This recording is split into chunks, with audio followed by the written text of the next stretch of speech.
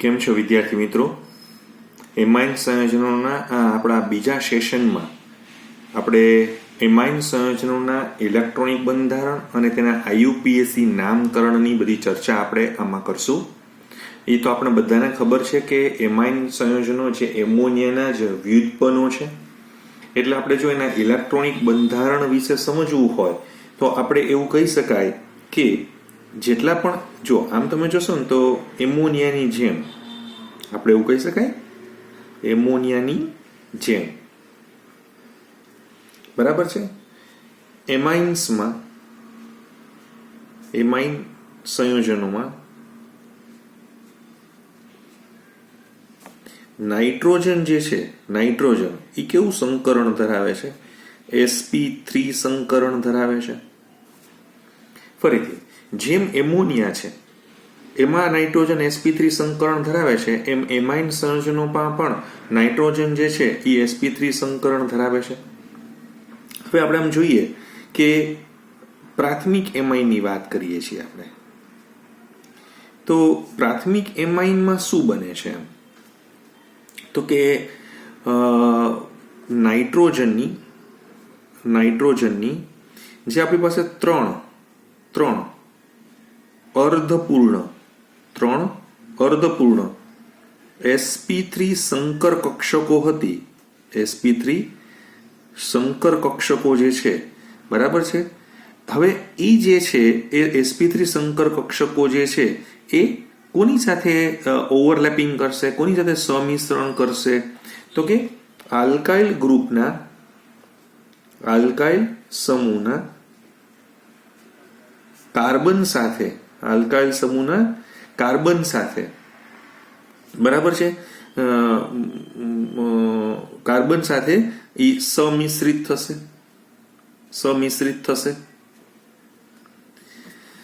Clear થાય છે? હવે આ જે આલ્કાઇલ સમૂહ છે એ પાછો કેવો હોય છે? sp3. પણ જો તમારી પાસે sp2 હોય એટલે કે જો એરાઇલ સમૂહ હશે તમારી પાસે, જેમ કે આપણે વાત કરીએ કે મારી પાસે એરાઇલ સમૂહ છે તો એરાઇલ સમૂહમાં પાછું કયું આવે તો કે sp2 સાથે સમિશ્રિત થશે. બરાબર.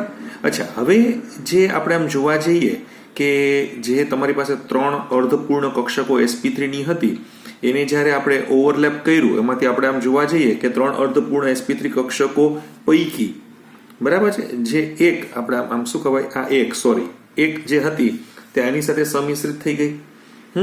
બરાબર. હવે બાકીની બે જે છે એ હાઇડ્રોજનની s કક્ષક સાથે સમિશ્રિત થશે. રાઈટ. અને સમિશ્રિત થઈને એ શું બનાવશે તો કે એક CN અને 2 NH સિગ્મા બંધ બનાવશે. થોડુંક લાંબુ તમને સમજાવું છું એટલે તમને ખ્યાલ આવી જાય. બરાબર છે. હવે તમારે આમ જોવું હોય તો પ્રાઇમરીની વાત થઈ. હવે તમારી પાસે સેકન્ડરી એમાઇન છે તો એ સેકન્ડરી એમાઇનમાં શું બને છે તો કે સેકન્ડરી એમાઇનની અંદર તમે જોવા જશો તો કે જુઓ હું તમને સેકન્ડરી એમાઇનનું પહેલા સ્ટ્રક્ચર બતાવી દઉં. અહીંયા આ H છે, અહીંયા R છે અને અહીંયા R છે અથવા R' પણ કહી શકો છો. તો અહીંયા તમે જોશો તો કે નાઇટ્રોજનની જે 3 sp3 સંકર કક્ષકો છે એમાંથી જે 2 સંકર કક્ષકો તમે જે જુઓ છો 2 સંકર કક્ષકો જે છે એ જો તમારી પાસે આલ્કાઇલ સમૂહ હોય આલ્કાઇલ સમૂહના કાર્બનની sp3 સંકર કક્ષકો સાથે સમિશ્રિત થશે અને બાકીની જે એક sp3 જે નાઇટ્રોજનની છે તે હાઇડ્રોજનની 1s સાથે સમિશ્રિત થઈ જશે. એકદમ સિમ્પલ છે. આ તો હું લાંબુ લખું છું, બાકી તમને સમજાવવામાં તો એકદમ સહેલું થઈ જશે. બરાબર છે. હવે તમે સપોઝ કે અત્યારે તૃતીયક એમાઇન છે, આટલી બધી લાંબી ચર્ચામાં નથી કરી પણ મારે તમને સમજાવવું છે કે તૃતીયક એમાઇનની અંદર તમે જોવા જશો તો શું હશે? R, અહીંયા N, R' અને R" હશે. તો તમે જોશો તો અહીંયા પણ સિગ્મા છે, આ પણ સિગ્મા છે, આ પણ સિગ્મા છે, એટલે એ ત્રણેય સિગ્મા બંધ જે છે એ બનશે. કોની વચ્ચે બનશે તો કે નાઇટ્રોજનની જે 3 sp3 હતી એ 3 sp3 કોની સાથે થઈ ગઈ તો કે 3 જે તમારી પાસે આલ્કાઇલ સમૂહ જોડાયેલા હતા. જો એરાઇલ સમૂહ જોડાયેલા હોય તો sp2, પણ આલ્કાઇલ સમૂહ જોડાયેલા હોય તો એની sp3 સાથે સંકરણ બનાવે છે. ક્લિયર થઈ ગયું તમને? બરાબર. છતાં હજી તમને જો ન સમજાતું હોય તો હું તમને આવું સમજાવવા માંગુ છું. મારી પાસે અહીંયા n છે, અહીંયા તમે જોશો તો આ h છે, અહીંયા પણ તમે જોશો તો આ h છે, અને અહીંયા તમે ચેક કરજો તો આ r છે, અને આ તો એની લોન પેર છે જે sp3 ની આ કઈ છે sp3 છે, અને અબંધકારક ઇલેક્ટ્રોન યુગ્મ છે. અબંધકારક ઇલેક્ટ્રોન યુગ્મ છે. એટલે તમે જોશો તો અહીંયા સિગ્મા સિગ્મા સિગ્મા 3 સિગ્મા બંધ બની ગયા છે. બરાબર. એવું તમને અહીંયા સમજાવવાનો પ્રયત્ન કરવામાં આવે છે. આ પ્રાઇમરી એમાઇનનું સ્ટ્રક્ચર છે. એવી રીતે તમે અત્યારે આમ જોવા જશો તો અત્યારે આપણે આમ જોવા જઈએ તો આ n છે, અહીંયા આપણી પાસે r છે, આ જગ્યા ઉપર આપણી પાસે h છે, અહીંયા લોન પેર છે, તો અહીંયા તમને આ સેકન્ડરી એમાઇનનું મળશે. એવી રીતે તમારે ટર્શરી એમાઇન જોવું હોય તો અહીંયા r છે, આ n છે, આ r છે, અને અહીંયા પણ r છે. રાઈટ. આ તમને ટર્શરી એમાઇનના રેફરન્સમાં તમને જોવા મળશે, આ તૃતીયક એમાઇનના સંદર્ભમાં જોવા મળશે. હવે પ્રશ્ન કેવો છે કે આ જે તમારી પાસે લોન પેર હોય એટલે કે અબંધકારક ઇલેક્ટ્રોન યુગ્મનું, આપણે ખબર છે કે બંધકારક ઇલેક્ટ્રોન યુગ્મ સાથે ઓલો VSEPR સિદ્ધાંત આપણે ભણી ગયા, એટલે સારામાં સારું એવું અપાકર્ષણ બળ તમને જોવા મળશે. એટલે તમારો જે બંધ કોણ 109 ડિગ્રી 28 મિનિટનો હોવો જોતો હતો એ પ્રાઇમરી એમાઇન અને સેકન્ડરી એમાઇનમાં સપોઝ કે અહીંયા ઘટીને કેટલો થઈ જશે 107 ડિગ્રી જેટલો થઈ જશે. પણ જો તૃતીયક એમાઇન છે ને એમાં પાછું 3 R ગ્રુપ છે. રાઈટ. એટલે એનું જે તમે અવકાશી અથડામણ જોશો તો એ એક્ઝેક્ટલી અવકાશી અથડામણ, કારણ કે એમાં વધારે દબાવા જશો ને તમે અહીંયા જગ્યા ઉપર તો એમાં બધા બલ્કી R ગ્રુપ પડ્યા છે. એટલે કે બલ્કીનો મતલબ કે ભારે છે અને જગ્યા રોકે એવા R ગ્રુપ પડેલા છે. એટલે એનો બંધ કોણ છે ને બહુ જ જે 107 સુધી નથી જતો, પણ લગભગ નિયર અબાઉટ 108 ડિગ્રી સુધી તમને ટ્રાયમિથાઇલ એમાઇનમાં જોવા મળશે. અને બધા પાછા પિરામિડલ આકાર તો કેવા ધરાવે છે, બધાનો આકાર પાછો કેવો છે તો કે પિરામિડલ છે. એટલે ફરી એકવાર તમે જોવા જાશો તો તમને બધા બંધ કોણની વાત કરી છે કે 107 એટલા માટે છે, લોન પેર ને આની વચ્ચે અપાકર્ષણ બળ રહે છે. એટલે જે બંધ કોણ જે છે, જે બે હાઇડ્રોજન વચ્ચેનો જે બંધ કોણ જે છે કે આલ્કાઇલ સમૂહ એ ઘટીને 109/28 થી ઘટીને 107 ઉપર જતો રહ્યો છે બંનેમાં, પ્રાઇમરી ને સેકન્ડરીમાં. તૃતીયકમાં અવકાશીય અથડામણ જે છે એ થવાને કારણે અને 3 એના બલ્કી ગ્રુપ હોવાને કારણે એનો બંધ કોણ 107 ડિગ્રી જે છે એ તમને ઘટવું જોઈએ, પણ એકચ્યુઅલી 108 તમને મળશે.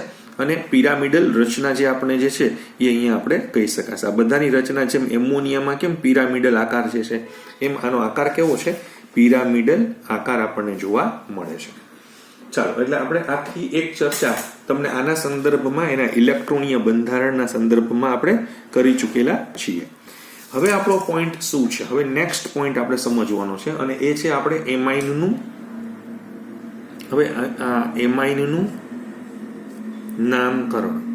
હવે નામકરણમાં આપણે સામાન્ય નામકરણ પણ ભણશું અને કેવું નામકરણ ભણશું, IUPAC નામકરણ પણ આપણે આની અંદર એનો અભ્યાસ કરશું.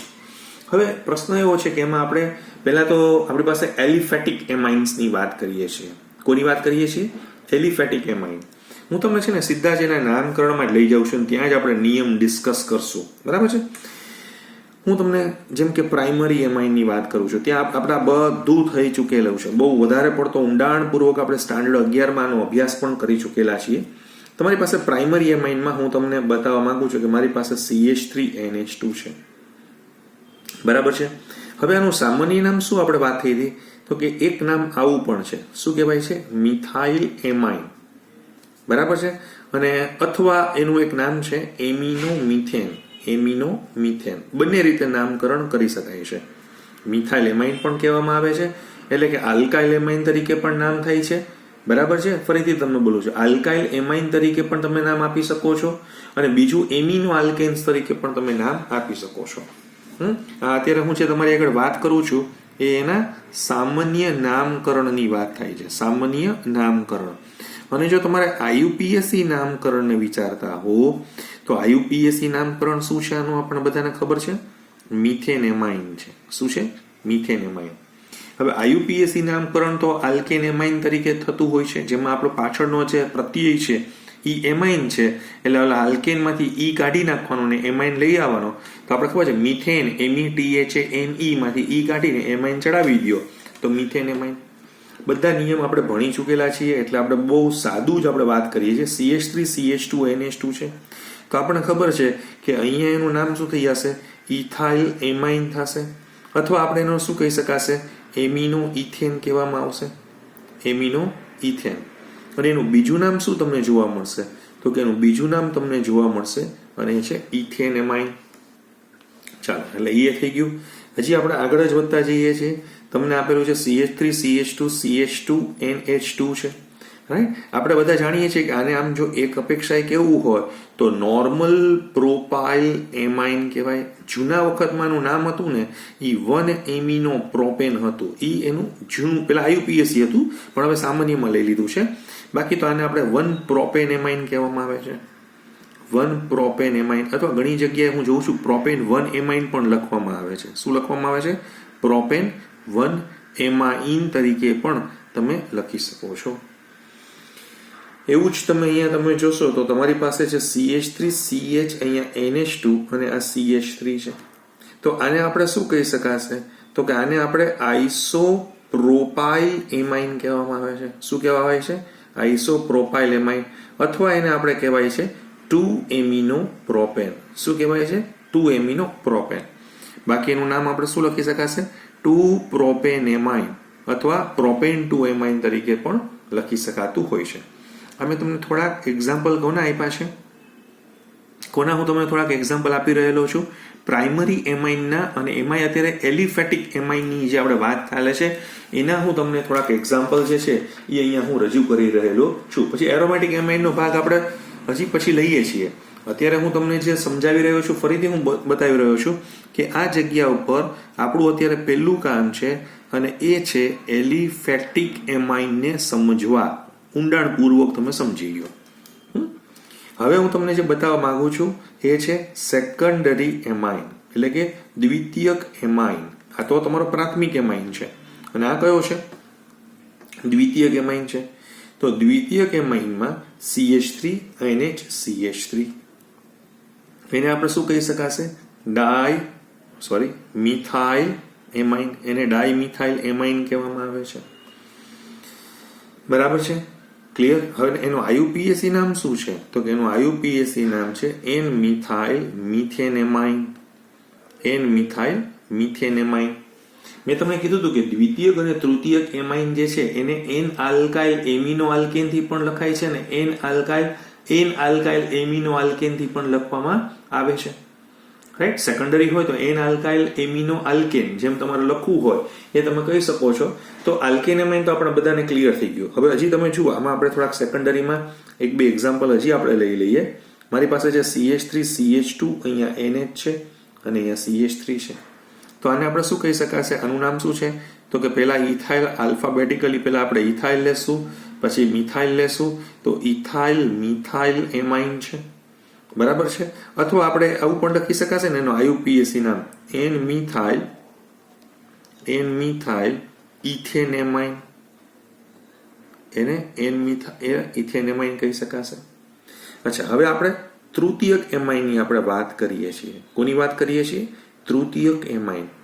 હવે તૃતીયક એમાઇનની અંદર મારે તમને જે એક્ઝામ્પલ આપવા છે એ કંઈક આ રીતે આપી શકાશે: CH3 N CH3 CH3.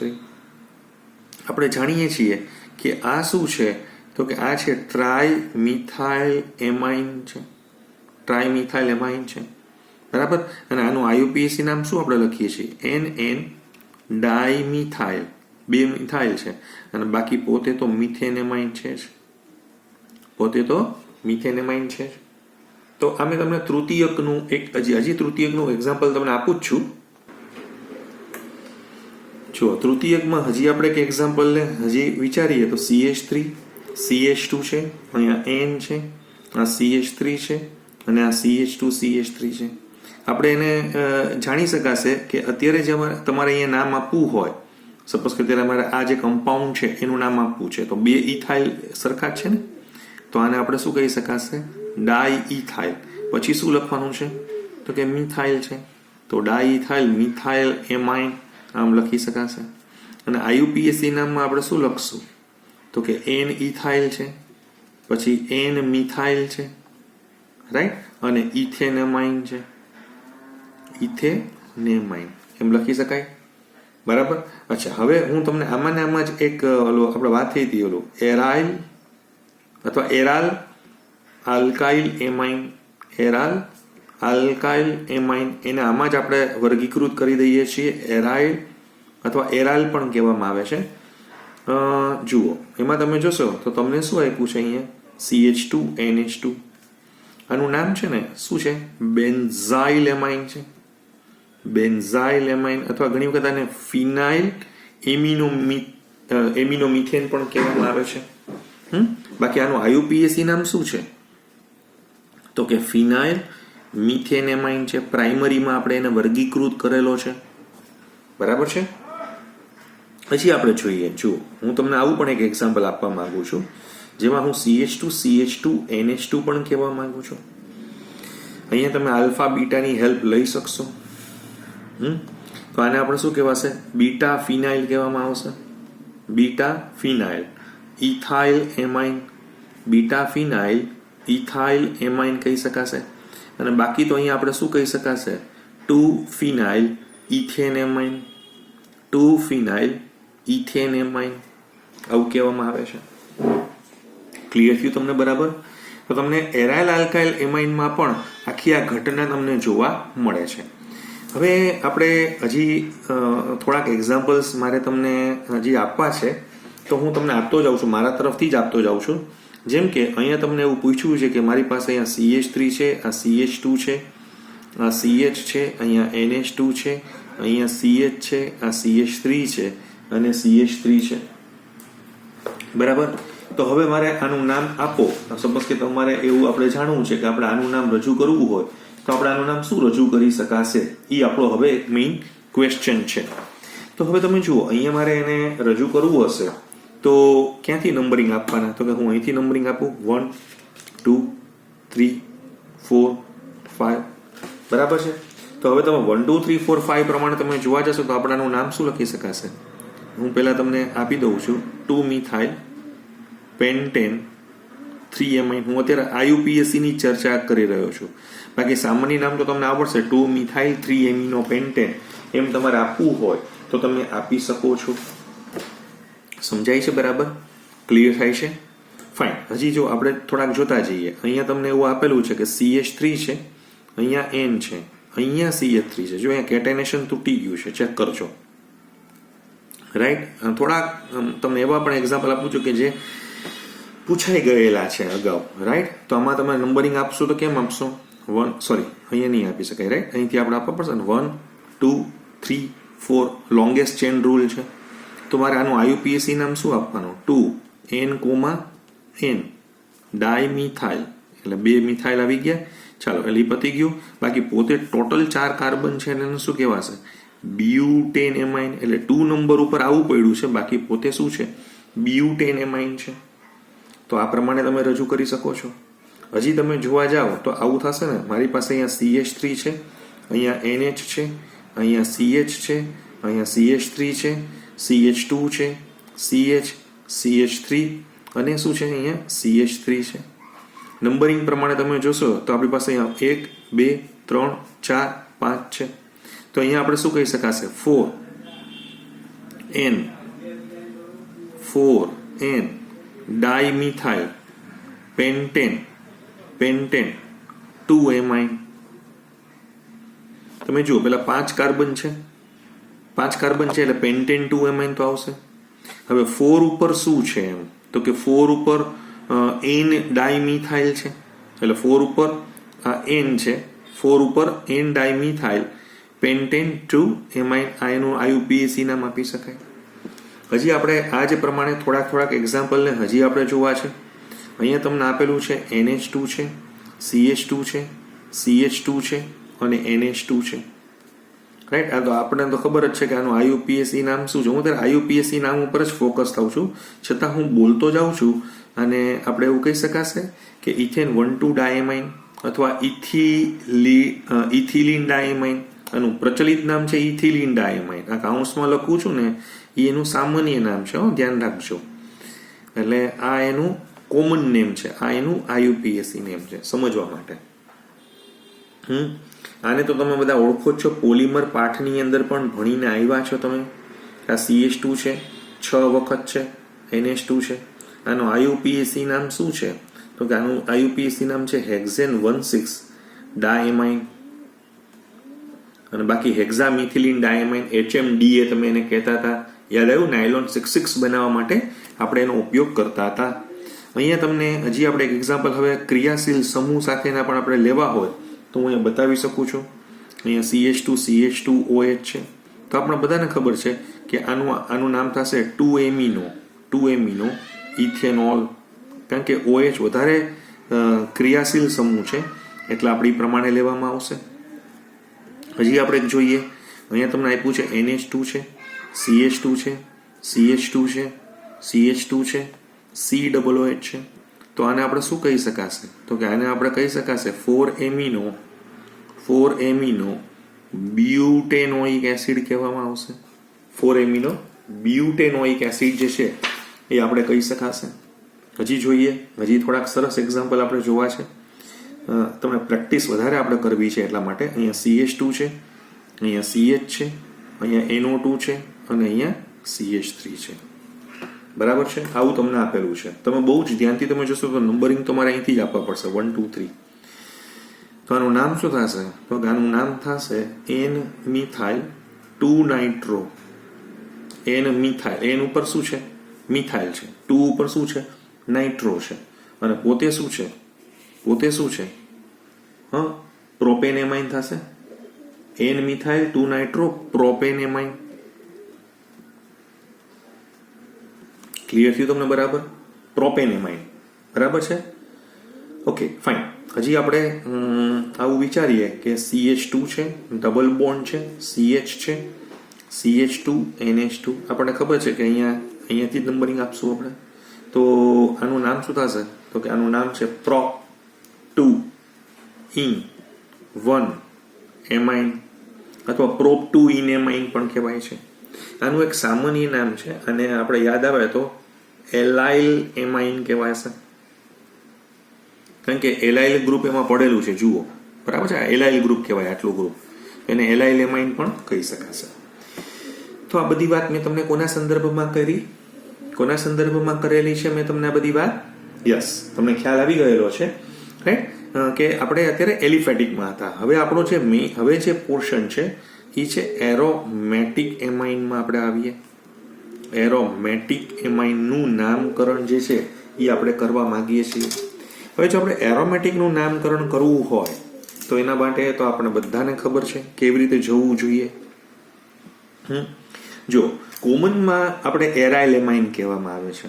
બરાબર છે? કોમન જ્યારે તમે આપતા હો તો પછી તમને ખબર તો એનિલિન છે એ હવે એનું આયુપીએસી નામ તરીકે જ બોલવામાં આવતું હોય છે.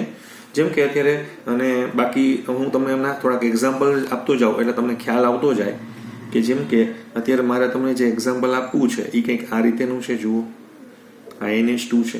આપણે બધા જાણીએ છીએ કે એનું કોમન નેમ શું છે? તો કે સામાન્ય નામ એનિલિન છે, પણ આયુપીએસી નામ હવે એનિલિન થઈ ગયું છે. બાકી આનું આયુપીએસી નામ બેન્ઝીન એમાઇન પણ કહેવાય. બેન્ઝીન એમાઇન છે, રાઈટ? અહીંયા પણ તમે જોશો તો તમને ખ્યાલ આવી જશે. હું અત્યારે તમને અહીંયા બીજું એક્ઝામ્પલ આપું છું. એ છે NHCH3. આપણે આયુપીએસસીમાં જ વિચારીએ તો બસ મારે આનું નામ આપવું હોય તો N-મિથાઇલ એનિલિન કહેવાય. અને એનિલિન ન લખવું હોય તો બેન્ઝીન એમાઇન તમે લખી જ શકો છો. હજી તમે જુઓ, આપણે તો આમાં પ્રેક્ટિસ જ કરવાની છે. ઓલરેડી બધી કરી ચૂકેલા છીએ, પણ પાછું લાંબા સમય પછી પાછું યાદ કરીએ છીએ. તો અહીંયા તમને શું મળશે? તો કે આનું આપણે નામ N-ઇથાઇલ એનિલિન અથવા N-ઇથાઇલ બેન્ઝીન એમાઇન કરી શકાશે. બરાબર છે? હજી આપણે આમ જોવા જઈએ, જો અત્યારે પણ હજી નામ આપણે આમાં આપું છું. હું થોડુંક આમ આડું લખું છું એટલે તમને ખ્યાલ આવે કે અહીંયા મારી પાસે છે ને N છે, અહીંયા શું છે? CH3 છે અને અહીંયા CH3 છે. તો આનું નામ આપણે શું લખી શકાશે? NN dimethyl. શું થઈ ગયું? NN dimethyl. હવે તો કે એનિલિન અથવા બેન્ઝીન એમાઇન તમે આપી શકો છો. બરાબર છે. હજી તમે જુઓ આ જગ્યા ઉપર હજી પાછું એક આપું છું તમને. અહીંયા તમારી પાસે છે N છે, અહીંયા છે તમારી પાસે CH3 છે અને અહીંયા તમારી પાસે છે C2H5. તો આનું નામ શું થશે? N ethyl, N methyl benzene amine થશે. N ઉપર ઇથાઇલ છે, N ઉપર મિથાઇલ છે અને બેન્ઝીન એમાઇન તમે લખી શકો છો. બરાબર. હજી આપણે આપણા એક્ઝામ્પલ ચાલુ જ રાખીએ છીએ.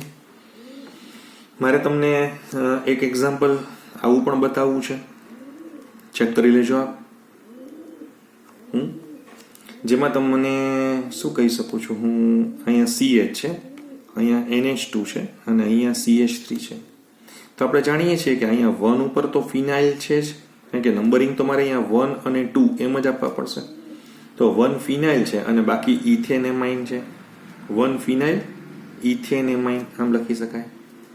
અચ્છા, હજી અહીંયા આપણે આ રીતે જ જોતા જઈએ. આજે અહીંયા પણ તમે જોશો તો અહીંયા આવી રીતે મૂકી શકાશે. તો અહીંયા આપણે નામ શું આપી શકાશે? તો કે N ઉપર શું છે? તો કે N ફિનાઇલ એનિલિન, N ફિનાઇલ એનિલિન આમ નામ આપી શકાશે. બરાબર છે. ફરીથી પાછું તમે ચેક કરજો. હવે આપણે આગળ આ રીતે જોતા જઈએ કે મારી પાસે અહીંયા NH2 છે અને મારી પાસે અહીંયા CH3 છે. તો અહીંયા શું નામ થઈ શકશે? તો કે આનું નામ છે 2 મિથાઇલ એનિલિન. હા, આનું એક સરસ પ્રચલિત નામ છે ઓર્થો ટોલ્યુડિન, કારણ કે તમે આ નામથી પણ વિચારી લેજો. આ કોમન નેમ છે, આ IUPAC નેમ છે. ઓર્થો ટોલ્યુડિન કહેવામાં આવે છે. આવું જ મેટાટોલ્યુડિન, પેરાટોલ્યુડિન તમે સમજી શકો છો. હજી આપણે જોતા જઈએ. થોડીક પ્રેક્ટિસ તો આપણે પૂરેપૂરી જ કરવી છે. અહીંયા તમને આપ્યું છે NH2 અને અહીંયા આપ્યું છે O. પેલાનું સામાન્ય IUPAC નામ તમે જોઈ લ્યો. આનું IUPAC નામ શું છે? 2-મિથોક્સી એનિલિન છે. 2-મિથોક્સી એનિલિન અથવા 2-મિથોક્સી બેન્ઝીનેમાઇન. આનું કોમન નામ છે ઓર્થો એનિસિડિન. આનું શું નામ છે? ઓર્થો એનિસિડિન કહેવામાં આવે છે. એવી રીતે તમે મેટા એનિસિડિન અને પેરા એનિસિડિન તમે સમજી લેજો. એ પ્રમાણે તમારે સમજવાના આવશે. હજી આપણે ચેક કરતા જઈએ છીએ.